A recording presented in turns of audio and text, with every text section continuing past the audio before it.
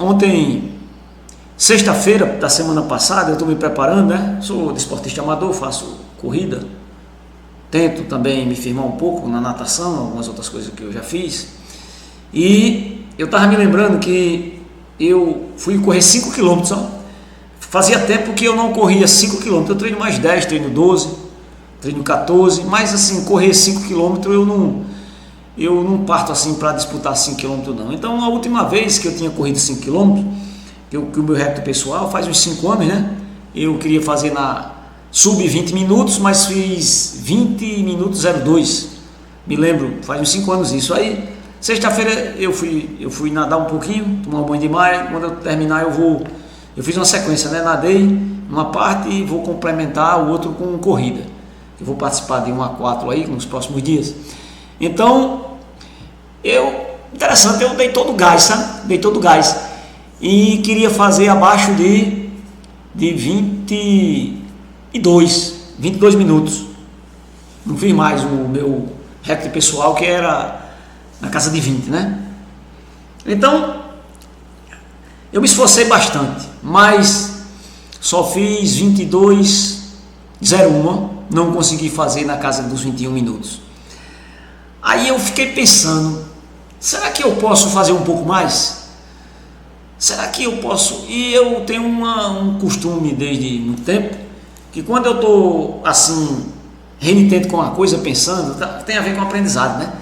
Aí eu vou dormir, eu acho que é na hora assim do sono REM, né? O sono REM é o sono mais agitado.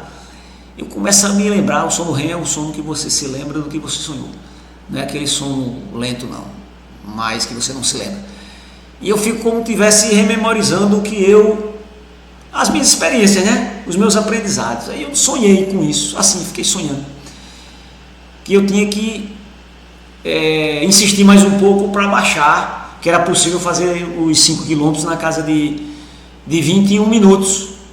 Aí quando foi ontem, eu disse, eu vou fazer o mesmo treinamento, dia 4, eu vou nadar uma determinada distância, eu acho em torno de 1 km, no mar, né, na praia, lá em Ponta Negra, em Natal, e depois eu vou na sequência, em ato contínuo eu vou fazer os 5 km, e eu consegui fazer em 21:49, então para mim foi uma vitória pessoal. Aí eu fiquei me lembrando das coisas, e eu me lembrei de um texto que há uns 3 anos eu fiz um trabalho com ele, numa instrução que eu dei, uma aula. Primeiro eu tinha estudado isso num curso que eu fiz e depois dei uma instrução sobre isso, uma aula que falava sobre a questão do governador central. Os dois teóricos estrangeiros, pesquisadores, neurocientistas, aliás, fisiologistas, falando sobre fazendo essa comparação, né, essa analogia do cérebro com o governador, chamando o cérebro de governador central.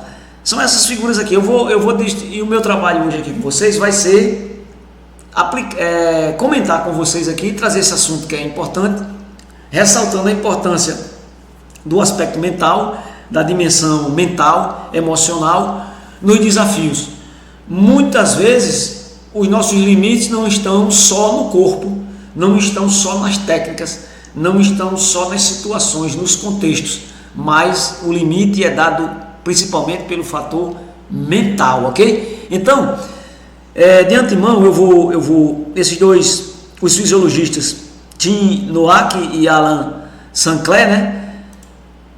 Um americano, acho que um americano, o outro com certeza é sul-africano. Esses dois cidadãos aqui, desculpem a imagem, né? O meu trabalho aqui é bastante simples, eu não corro atrás de todo esse recurso para fazer. Isso aqui é uma aula, né? Uma explanação, não é nem uma aula, é uma explanação, né? Uma provocação para a gente pensar sobre isso. Então, o Tim aqui e o Alan, eles pesquisaram, fisiologistas pesquisaram essa questão do cérebro como o grande comandante das nossas ações, principalmente na área do esporte de alta performance e do exercício físico. E chegaram a essa teoria, né? Ela é seguida de uma certa forma, claro, como toda teoria ela tem os seus opositores, mas ela tem se provado de uma certa eficiência em análise e acompanhamento de situações, de profissionais e até de situações de vida comum. Vamos ver aqui o que se trata do governador central? Vamos ver aqui, né? Aí eu fiz até aqui uma coisa interessante. Olha o governador central aí, tá vendo? É o imperador, né? Governador central. O governador central, essa alusão aí, eu acho que aí é o Marco Aurélio, o imperador Marco Aurélio, é o comandante, né? Então está fazendo essa alusão ao cérebro como comandante da situação, aquele que manda e que determina, ok? O senhor das coisas. Então vamos aqui.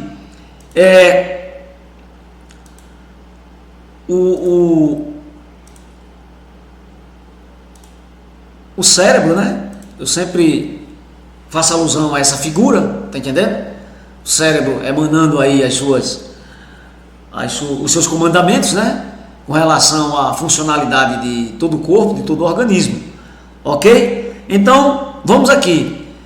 A principal questão, o principal fator envolvido nessa teoria, nesse argumento da teoria do cérebro como governador central, é que ele cria a fadiga para proteger o organismo, ok? Então a fadiga é um fator mental. Já estou aqui já provocando, né?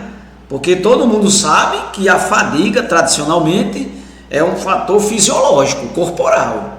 Você fadiga principalmente o corpo. A gente fala na fadiga do cansaço mental, mas isso é secundariamente.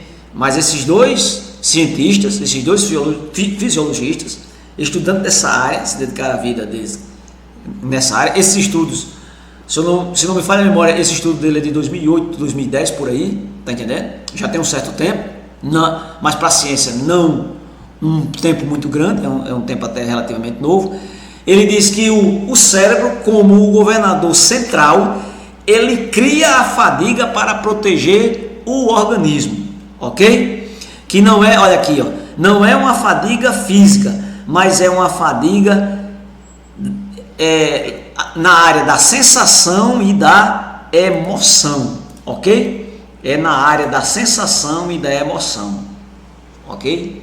A fadiga é uma sensação. O que é uma sensação? A sensação é aquela mensagem que o fator mental está recebendo, refletindo no corpo, sinalizando que o ser humano está recebendo um impulso, está sendo aliciado, está sendo tocado, está sendo estimulado por um fator externo, ok? É uma sensação, é a consciência que algo do exterior tocou o organismo. Então, essa fadiga, segundo esses teóricos, na teoria do governador central, é um fator mental, ok? E por que estamos trazendo isso aqui no assunto da psicologia cognitiva, da psicologia aplicada, cognitiva aplicada no treinamento de habilidade psicológica, na área do exercício e na área da prática do esporte? Porque isso é um fundamento. A gente sempre insiste aqui que tem que ter o treinamento da técnica, tem que ter o treinamento do corpo, do físico, mas tem que ter o treinamento mental. E quantas situações já aconteceram, estão acontecendo agora nesse momento que a gente está falando aqui, em que não foi trabalhado a questão mental e a coisa desandou e a equipe perdeu e a pessoa abandonou a academia que fazia, abandonou a caminhada, abandonou a natação, abandonou o futebol, né? A pelada que jogava com os amigos, o voleibol, o basquete e assim por diante. Mas vamos aqui, a gente está falando basicamente do que é. Então essa fadiga, ela é criada impositivamente. Nós seres humanos não temos o domínio, na primeira vista aqui, para regular essa imposição do cérebro, porque o cérebro tenta proteger o organismo de uma forma geral, para ele não fadigar, para ele não morrer. Então, essa fadiga mental é o alerta. Mas desse alerta até a pessoa desvanecer, parar, travar, quer dizer, vai morrer não, travar, a depender do indivíduo e das condições, tem um certo tempo, ok? Então, ele cria a fadiga para que o organismo se mantenha ativo, mesmo depois de um esforço físico.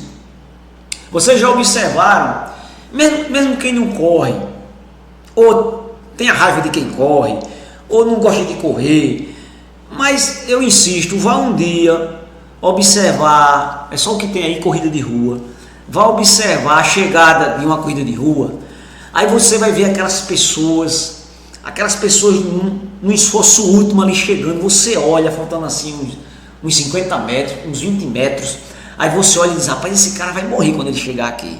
Aí o cara chega, principalmente quando são distâncias mais longas, né? E um dia desse estava olhando a chegada da Maratona Internacional de Natal, eu olhei assim, eu digo, rapaz, essas pessoas estão se superando mesmo.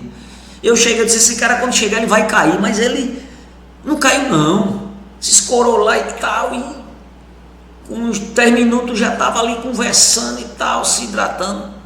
O organismo, ele vai dando os recados dele, e a pessoa vai superando. Para aquela pessoa cumprir aquela maratona, 42 quilômetros, por isso que você tem que treinar gradativamente, né? Inclusive o mental você treina gradativamente, para você não assustar a pessoa. Então uma pessoa dessa que cumpriu uma maratona, ela chegou fatigada, mas ela até sem saber, ela treinou o mental dela, a depender do treino que ele fez, né? Da circunstância que ele fez e da quantidade de treino, para fadigar de forma efetiva, de forma para não travar, de forma a cumprir a meta dele, tá entendendo? Então vamos aqui. Essa fadiga garante que você sobreviva ao esforço. É o cérebro dizendo, eu vou lhe fadigar para você diminuir o ritmo, para você chegar incólume. É um termo que eu sempre uso, eu digo assim, eu termino uma corrida, um negócio que eu faço aí, graças a Deus, cheguei incólume. Porque você tem que fazer atividade física e você chegar, não precisa chegar se abrindo não, sorrindo demais não, porque às vezes falta energia para isso, mas você chega feliz, né? As endorfinas ali, dando aquela carga ali, toda a carga ali, dando a alegria, né? A ocitocina, os neurotransmissores, né? De uma forma geral ali, ativados, né? Mantendo a sua ativação e você na felicidade de ter cumprido mais aquele desafio. Então aqui, ó, para prevenir danos catastróficos ao corpo como um todo. Então, o cérebro lança esse sinal para você se segurar um pouco. Em qualquer esporte é isso. Por exemplo, na natação em águas abertas. Às vezes a gente está treinando, né? Como eu sempre tenho dito, eu estou aprendendo muito com o pessoal aí, mais experiente, né? Tenho que aprender muito ainda. Mas eu fico observando aqueles colegas e as colegas mais experientes, eles estão nadando, né? Eles deslizam bem, aí de repente eles param, ele faz um nado peito, né? Aí eu digo, olha, ele está descansando. Eu já vou mais direto, tá entendendo? Eu já vou mais direto. Mas eu num dia desse para cá, que eu fui reler esse artigo, eu disse, eles estão certos. Porque ali é o governador central deles, é o cérebro, dizendo, ei, fulano, diminua um pouco para você chegar e ainda dá tempo, né, de você tomar um cafezinho, tomar uma água, conversar com os amigos e depois ir para casa resolver as suas coisas. Porque se o cara faz uma natação dessa, né, porque você melhora o seu fôlego quanto mais técnica que você tem. Mas até os nadadores de boas técnicas, eles se cansam, claro, ele chega a um momento que a fadiga bate, mas a fadiga mental, ela bate às vezes primeiro, geralmente ela bate primeiro do que a fadiga fisiológica. Esse aí é o lance que eu vou explicando aqui com vocês, tá certo? Então, na explicação introdutória aqui do negócio, olha, o governador central, que é o cérebro, cria a fadiga de forma impositiva certo? De forma impositiva e mentalmente, transmitindo à pessoa uma sensação de cansaço, sendo direto aqui, de cansaço. Eu estou cansado, mas é só um aviso mental. Na realidade, fisiologicamente, a pessoa ainda tem uma certa quantidade de energia para gastar, tá certo? É por isso que os atletas top, os atletas de performance, os competidores mesmo, os profissionais, eles fazem esse treinamento para eles aumentarem o limiar dessa fadiga. Então, um maratonista desse, um ultramaratonista, enquanto o meu limiar, eu não sou maratonista e está difícil de eu ser, mas enquanto o meu limiar é, sei lá, vamos criar um número aqui, vamos dizer que o meu limiar é 10, falta 10 pontos para eu fadigar. O maratonista, ele vai lá, fica faltando 3, fica faltando 2, porque ele avança mais um pouco. Por quê? Porque eles fazem o treinamento de habilidade psicológica, eles fazem direta e indiretamente o THP, aliado com a técnica boa e com o preparo físico tremendo, para ele aumentar esse limiar e o mental não quebrar ele antes que ele termine a prova. Eu não sei se vocês já observaram, há pessoas, em qualquer esporte, isso também é para esporte coletivo, viu? Num jogo de futebol disputado, num jogo de voleibol, num jogo de basquete, pelas caridades, num jogo de basquete disputadíssimo, em que há correria, a pressão para ganhar, para recuperar a quantidade de cestas, de pontos, é muita energia. E se não tiver um trabalho através do THP para trabalhar esse limiar da fadiga, o jogador cai na quadra, mas ele não cai porque está em frangalhos dos frangalhos, a parte física dele não, é o emocional. Quando termina ali, que ele toma um copo d'água, terminou o jogo, o homem está bonzinho, vai para casa correndo, ainda vai jogar no outro dia. Agora o mental está abalado porque perdeu. Então vamos aqui, eu fiz aqui duas situações, a primeira é que fala aqui no contexto, em qualquer dimensão da atividade humana, qualquer dimensão da atividade humana, aqui tem até essa figurinha aqui, qualquer dimensão, o povo aqui começando, esse pessoal aqui em reunião, isso aqui não é nem esporte, mas eles têm, o governador central deles tá atuando, porque o cérebro não muda, não sai de você, ele só está em você quando você está na atividade física ou numa disputa, nada. Ele faz parte da vida, ele é a vida. Então, em qualquer atividade, essas pessoas aqui, deixa eu abrir de novo aqui, essas pessoas aqui trabalhando, aqui em reunião, executivos, esse cara aqui que está nesse computador aqui, ele cansa de ficar sentado, ele cansa de digitar, entendeu? Mas o cansaço, a dor na articulação, o travamento, existe, mas primeiro vem o aviso mental. O primeiro sinal é do cérebro, mostrando aquela canseira, aquele sono, aquela impaciência. Quando ele se levanta ali, toma um cafezinho, faz um alongamento, acaba tá novinho. Quando recebe uma mensagem boa, de um bom negócio feito, que recebeu um aumento, alguma coisa assim, que deu certo, que vai ter, que as férias foram, que vem do jeito que ele quer, e emocional vai lá para cima, tá certo?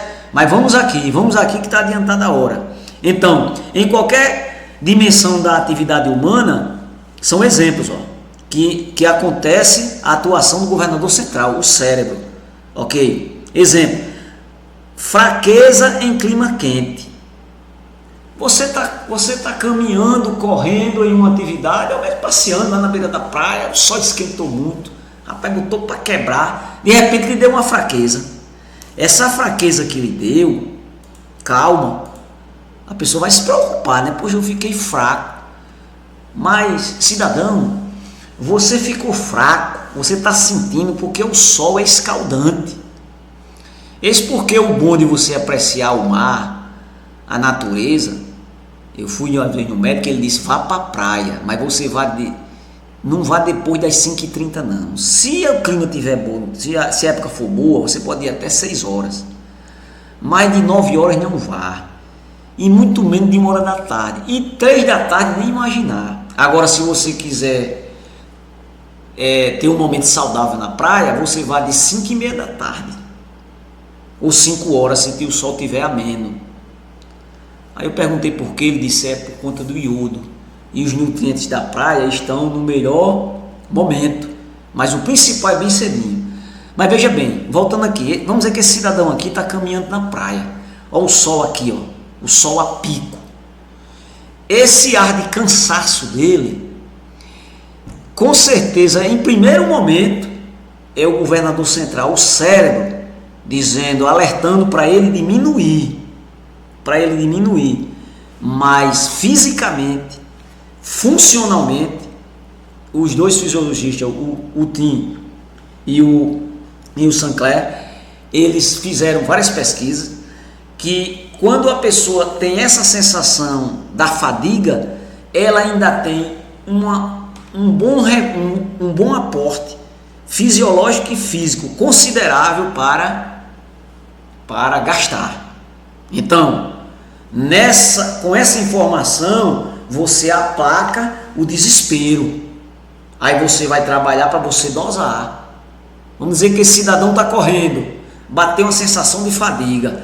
Aí ele diminui um pouco, reduz um pouquinho a passada, ok? Se estava correndo num pace de 4h30, vai para 4h45. Aí mantém. Aí essa sensação, você vai esticando essa sensação. Aliás, você vai reduzindo essa sensação e vai aumentando o seu limiar. Claro, você tem que conversar com o seu professor de educação física, você tem que saber as suas condições médicas, tá entendendo? Isso aqui é a informação que eu estou dando com relação no assunto da psicologia do esporte, falando aqui do trabalho do cérebro. O cérebro, ele tem o cuidado em nos proteger, ok? Então, por isso que aqui, ó, aí diz aqui, ó, fraqueza em clima quente, não porque os músculos estão exauridos, mas é para evitar o superaquecimento. O superaquecimento é complicado. Ele ataca a mente e ataca o coração. O coração que eu me refiro, claro, o órgão, né, a circulação, com o superaquecimento, ele perde a qualidade da energia que ele precisa para manter a vitalidade do organismo. Aí a pessoa pode desfalecer, pode dar fraqueza, ok? O calor ataca o sistema circulatório e a mente. Mas quando o governador central, que é o cérebro, dá a mensagem de fadiga, ele dá a mensagem para você reduzir, mas se você trabalhar esse seu mental, você vai ver, as pesquisas apontam que fisiologicamente, como eu já disse, o ser humano ainda tem muito recurso, é só treino, porque senão você nunca vai conseguir fazer nada, porque quando bater a fadiga, no primeiro sinal de fadiga você para, porque o cérebro quer lhe proteger, mas você pode treinar o seu cérebro para alargar esse limiar, e você fica mais forte. Por isso que eu estou repetindo aqui, os grandes atletas, as pessoas mais eficientes nos exercícios físicos, ela trabalha esse limiar, porque é muito psicológico. Ele não bate, a condição fisiológica é até boa, mas o psicológico alerta para o perigo primeiramente, porque ele chega primeiro, tá certo? Ó, situação corriqueira aqui, ó, quando numa virose, sempre tem virose, ó, a criancinha doente aqui, ó, bichinha doente, né? Numa virose. O que é que a virose faz? É um vírus, né? Vírus que às vezes a pessoa não sabe nem virose, não sabe nem qual é exatamente o vírus que atacou o ser humano aqui, ó. Quando numa virose, o sistema imunológico provoca a fadiga para que a pessoa repouse e guarda energia para lutar contra a infecção. Vai lutar contra a infecção. Entendeu? Ó, dessa aqui não. É isso aqui que eu abri aqui. Esse aqui não era esse coisa não, mas tudo bem. Então, você está com a virose, o sistema imunológico detecta, mobilizam as defesas. Essas defesas, em conjunto com o fator mental, com o cérebro, dispara a sensação de fadiga. Para quê? Para que você repouse. Como é que você está com virose, você vai fazer esforço físico? Se você precisa guardar energia para se restabelecer, porque você vai gastar? Porque você com virose, você vai correr, você vai sair do sol quente, você vai andar descalço. Uma recomendação aqui: só ande descalço quando for exatamente, se for muito essencial. Não é bom andar descalço. É bom você estar na praia descalço, sentir a natureza. Mas tem gente que anda descalço demais. Isso tem a ver também. O andar descalço, quando você tira a sandália, você fica descalço. Por uma parte é bom, porque você troca energia com o ambiente e você reforça o seu sistema imunológico. Mas há fatores dessa troca de energia quando você está descalço que não é bom. Ele pode desorganizar o seu sistema energético. Um exemplo: eu conheço muitas pessoas que elas vão à mesa fazer a refeição, elas tiram a sandália e botam o pé no chão. Complicado, isso não poderia. É ruim. Você tem que estar com a planta do pé aquecida. Mas aí já é outro assunto, tá entendendo? Vamos aqui. Outra situação aqui, ó, em grandes altitudes. Em grandes altitudes. O que é que acontece? Em grandes altitudes, o ar é rarefeito. A pessoa sente o ar rarefeito porque o governador central, aqui é governador central, GC, induz a fadiga para que se poupe energia. Se o ar é rarefeito, eu tenho que poupar energia para eu chegar. Inclusive, uma das primeiras pesquisas que esses dois fisiologistas fizeram foi com os alpinistas. Eles descobriram que os mais efetivos, os que chegavam melhor nas altitudes mais desafiadoras, eram exatamente os que conseguiam trabalhar de certa forma o mental para aumentar o limiar da fadiga. Veja como é interessante. A fadiga apontava que eles tinham que parar porque o ar estava rarefeito, mas eles, com uma técnica, com um treinamento gradativo, eles conseguiram aumentar esse limiar. Quer dizer o quê? A fadiga foi ficando mais retardada, e eles aumentando a progressão. E conseguiram fazerem grandes escaladas, ok? No contexto, aqui eu botei até, ó, por falar em ar rarefeito, aí botei a figura aqui, né, do oxigênio, né? Quando falta oxigênio, a gente se lembra disso aí. O oxigênio é muito importante. Em grandes altitudes, o oxigênio vai ficando raro, claro. E aqui na prática do esporte em geral, aqui é na situação cotidiana, eu já falei até muitas vezes aqui do esporte em geral. Então, em qualquer área do esporte e da atividade física, nos esportes radicais, tem que ser considerada essa questão do governador central. Um esporte desse aqui, ó, o motocross. Não gasta energia, não gasta. Aí gasta muita energia, o cara termina um negócio desse aí, geralmente ele é magro, ele fica magro de novo. Não tem como correr não. É uma coisa impressionante. Então, toda essa manobra gasta muita energia física e o mental aponta para ele diminuir. Só se ele diminuir, ele perde, ele é ultrapassado. Então ele tem que treinar o mental dele para ele alargar o limiar da fadiga. Porque a fadiga aí, em primeira mão, como eu já disse, ela é psicológica. é fadiga mental, ok? Esporte radical, nos esportes coletivos, tá aqui o pessoal de basquete aqui, tá aqui voleibol, tem outra figurinha aqui é o futebol, figura aqui, né? Futebol. O esporte coletivo não tem isso não, porque a pessoa não corre muito. Tem, mas só o que tem. Porque um jogo pegado, como eu já disse aqui, você vai gastar uma energia física muito grande. Um jogador desse, porque o jogador bom ele não corre não. Quem corre é a bola. Eu acho uma coisa muito bonita, sabe? Mas isso não é exato não. Um jogador perfeito, um craque, um cracaço de futebol é um conjunto perfeito do fator físico, preparo e da habilidade.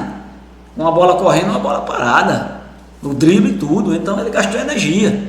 E a fadiga, se ele não tiver um treinamento mental bom, se o governador central dele, o cérebro, se antecipar fadigando ele antes do momento, querendo preservá-lo, e isso não for trabalhado a todo custo, ele não gasta, ele se subutiliza. Ele não consegue gastar tudo aquilo que ele tem, ou seja, do potencial dele. Você não vai zerar, né? Mas o potencial dele fica subutilizado, ok? Então, nos esportes coletivos, e claro que existe também a necessidade de ser trabalhado as habilidades psicológicas, né? Através do cérebro, que é o governador central, para ir aumentando esse limiar. Nos esportes individuais, um esporte que eu nunca pratiquei assim, fiz algumas vezes, mas acho muito interessante também, é o ciclismo, né? E esse ciclismo de pista eu acho incrível, rapaz. Aqueles caras lá no Tour de France, não sei nem se é essa figura aí, mas os caras são monstros, os caras têm ali um fator mental, um fator psicológico muito forte. Porque o físico não tem nem como o cara explicar mais, né? Os caras com aquelas garrafas lá, tomam não sei quantas garrafas daquela, né? Aquelas bichas de plástico lá que eles vão tomando e pedalando, as equipes, né? Tem o capitão da equipe, aí tem os gregários e tal. A interação ali fortíssima, mas o esforço individual é tremendo. Os caras sobem montanha, descem montanhas. Então, o governador central aqui tem que estar sendo trabalhado, porque senão a corrida de 200 km, o Tour de France é 180 km, 115, 200, numa cidade para outra, subindo montanha, descendo montanha. A Europa é cheia dessas competições. Outro exemplo aqui, né? Michael Phelps, né? Eu acredito, eu vou ler mais sobre Michael Phelps, mas eu acredito, né? Se eu não me engano, ele tem, parece que são 29 medalhas, né? Olímpicas, 29, 24, por aí, mais de 20, quase 30. E o cara, claro que ele tem um diferencial mental. Claro que o governador central dele, que é o cérebro, o limiar dele é, em comparação aos meros terráqueos, né? Nós, as pessoas simples, não tem comparação. É absurdamente pequeno o limiar dele para a fadiga. Diz que tem uma prova que ele nadou e ganhou medalha e bateu o recorde dele com um óculos cheio d'água. Sem ver nada, ele foi contando as braçadas.